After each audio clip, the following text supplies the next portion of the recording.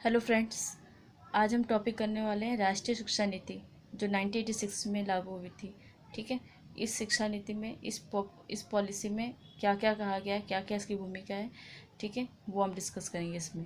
तो नई शिक्षा नीति 1986 में क्या भूमिका थी। इनका कहना था आध्यात्मिक एवं भौतिक विकास की नींव रखनी चाहिए। ठीक, नई शिक्षा नीति के अनुसार शिक्षा विद्यार्थी के भौतिक और आध्यात्मिक विकास का आधार है। ठीक है, भौतिक जो है दुनिया में रहना सिखाती है और साथ साथ में आध्यात्मिक विकास भी सिखाती है शिक्षा। ठीक, उसके बाद शिक्षा सबके लिए अनिवार्य है। इस शिक्षा नीति में विद्वान जनों ने कहा कि इसमें शिक्षा जो है सबके लिए अनिवार्य करने की सिफारिश की। मानव शक्ति का विकास, भगवान के द्वारा जो भी चीज़ें हैं वो उसमें सबसे श्रेष्ठ है मानव। तो मानव का विकास करना जरूरी है, जो कि शिक्षा के माध्यम से किया जा सकता है। सर्वोत्तम धन विनियोग, यानी कि contribution of the greatest financial investment. ठीक है, अगर सरकार जितना भी खर्च करती है एजुकेशन पे, उतना ही लाभ होता है। तो ये एक बहुत ही ग्रेटेस्ट इन्वेस्टमेंट है। ठीक, फिर उसके बाद है सांस्कृतिक विकास में शिक्षा का योगदान। तो इसमें इसके अनुसार शिक्षा मानव की अज्ञानता को दूर कर उसमें नैतिकता और देश प्रेम की एकता की भावना बढ़ता है। तो शिक्षा, इसीलिए नई शिक्षा नीति में ये सब बातें कही गई हैं। अनुसंधान एवं विकास का अधिकार, तो विकास का आधार। तो इन्होंने कहा है कि हमारी जो शिक्षा प्रणाली होनी चाहिए वो अनुसंधान होना चाहिए, यानी कि खोज पर आधारित होना चाहिए, और शिक्षा का विकास इसी आधार पर होना चाहिए। समाज की संलग्नता, society involvement of society involvement. तो इसके अनुसार माता पिता या बच्चे से जो भी कनेक्ट होता है, माता पिता, स्कूल, समुदाय संस्थाएं, ये सोसाइटी, समाज, इन सब का जो है शिक्षा के माध्यम से इनका योगदान मुख्य है। ठीक है, उसके बाद है शिक्षा का राष्ट्रीय प्रणाली स्वरूप कैसा है। ठीक है, संवैधानिक सिद्धांतों पर आधारित नई शिक्षा, सामान्य शिक्षात्मक ढांचा। राष्ट्रीय शिक्षा नीति के अंतर्गत पूरे देश में एक समान शिक्षा लागू करने की सिफारिश की है। वो है 10-2+3 की परिकल्पना करता है, और वर्तमान समय भी 10+2+3 का है। 10 का अर्थ है यानी कि 5 वर्ष की प्राइमरी शिक्षा, 3 वर्ष की उच्च प्राइमरी शिक्षा, ठीक है, 6, 7, 8, और 2 वर्ष की उच्च शिक्षा 9 और 10, यानी 10 साल। ठीक है, और +2 का अर्थ है 2 वर्ष की उच्चतर सेकेंडरी शिक्षा, यानी कि 11th और 12th। तो +3 का अर्थ है महाविद्यालय कोर्स, यानी कि जो कॉलेज में जो डिग्री लेते हैं 3 साल की अवधि में, वो। फिर उसके बाद है राष्ट्रीय का पाठ्यक्रम क्या होना चाहिए। एक ऐसा पाठ्यक्रम होना चाहिए जो पूरे नेशन के लिए, पूरे देश के लिए हो। वो है, जैसे इस पाठ्यक्रम में भारतीय स्वतंत्रता की संग्राम में इतिहास के विषय में बताया गया है, साथ साथ में भारतीय संस्कृति के बारे में, धर्मनिरपेक्षता के बारे में। तो मतलब एक ऐसा सिलेबस होना चाहिए जो पूरे देश के लिए मान्य हो। उसके बाद राष्ट्रीय प्रणाली की धारा। इस नीति के अनुसार शिक्षा की राष्ट्रीय प्रणाली का सिद्धांत देश के समस्त विद्यार्थियों पर बिना किसी भेदभाव की जाति पर समान रूप से लागू होता है, तो यानी कि राष्ट्रीय प्रणाली की धारा। उसके बाद एक खोज एवं विकास पर बल। इस नई शिक्षा नीति में अनुसंधान और शिक्षा के विकास पर व्यापक प्रकाश डाला गया है। आजीवन शिक्षा। इस नई शिक्षा नीति के अनुसार किसी भी व्यक्ति की शिक्षा विद्यालय, महाविद्यालय या विश्वविद्यालय डिग्री हासिल करने ही पूर्ण नहीं हो जाती, बल्कि वो आजीवन चलती रहती है।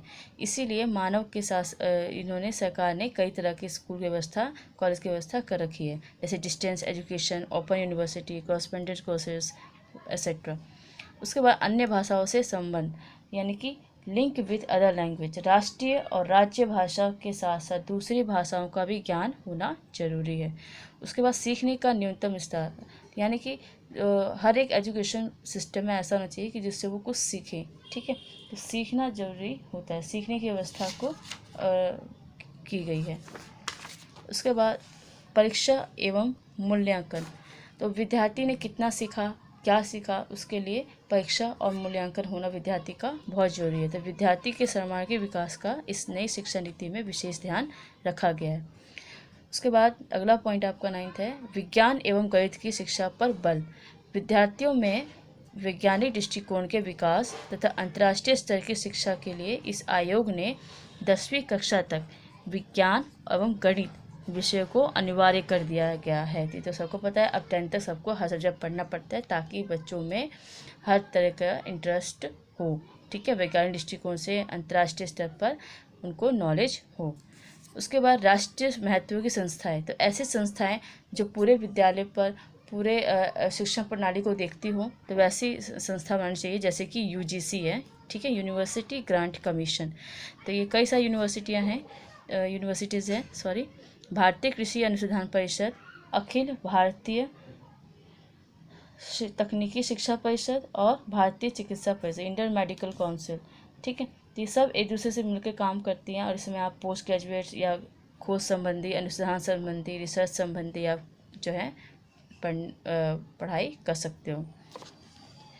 उसके बाद इस शिक्षा में बात की गई है समानता के लिए शिक्षा। समानता के लिए शिक्षा यानी कि एजुकेशन फॉर इक्वलिटी, जिससे सबकी शिक्षा के लिए बात की गई है। नारी शिक्षा, अनुसूचित जातियों के लिए शिक्षा यानी कि एससी शेड्यूल कास्ट के लिए, अनुसूचित जनजातियों शिक्षा, शेड्यूल ट्राइब्स, विकलांगों के लिए शिक्षा, अल्पसंख्यकों की शिक्षा, सबके लिए अलग अलग व्यवस्था उन्होंने की है ताकि किसी को भी अलग ना लगे, समानता शिक्षा दी गई है। शिक्षा की दृष्टि से पिछड़े हुए अन्य वर्ग यानी ओबीसी लोगों के लिए भी शिक्षा की व्यवस्था, प्रौढ़ शिक्षा, एडल्ट एजुकेशन, ठीक है।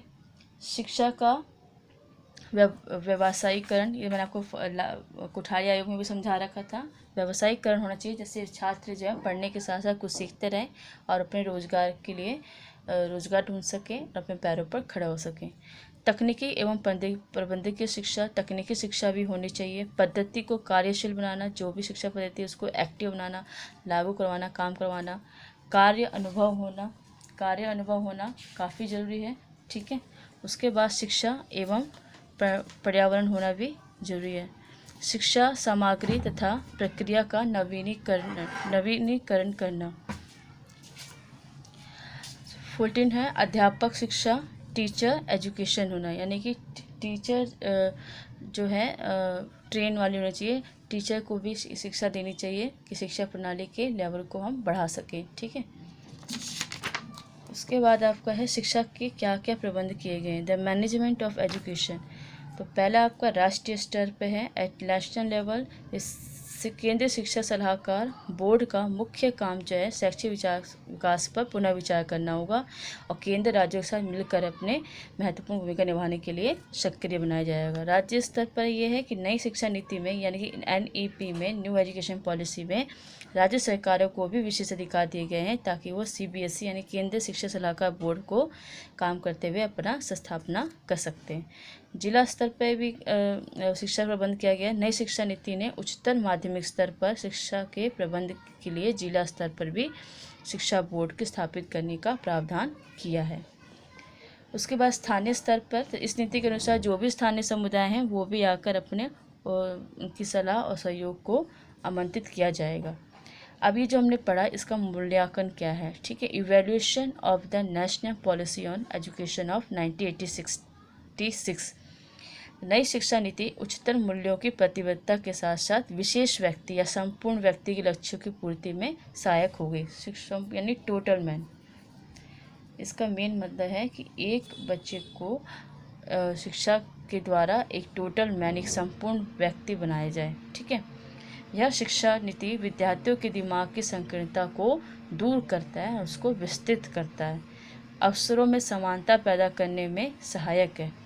यह शिक्षा नीति प्रत्येक व्यक्ति की शिक्षा के लिए कटिबद्ध है। यह शिक्षा नीति प्रत्येक व्यक्ति की शिक्षा के लिए कटिबद्ध है, यानी कि सबके लिए शिक्षा है, किसी के लिए नहीं, सबके लिए अनिवार्य शिक्षा है भारतीय संविधान के अनुसार। यह शिक्षा नीति विद्यार्थियों को स्वयं का व्यवसाय चलाने में अधिक सहायक है। यह शिक्षा नीति वास्तविक रोजगार के अवसरों पर संसार के कार्यों में तालमेल स्थापित करने में सहायक है। नई शिक्षा नीति NEP के विकास के साथ साथ राष्ट्रीय एकता की भावना को भी जागृत करती है, क्योंकि इसका करिकुलम, इसका पाठ्यक्रम जो है सेम है। यह शिक्षा नीति जो है 10+2+3 के अंतर्गत सुचारू रूप से काम कर सकती है, ठीक है स्टूडेंट्स। आज का टॉपिक खत्म हुआ।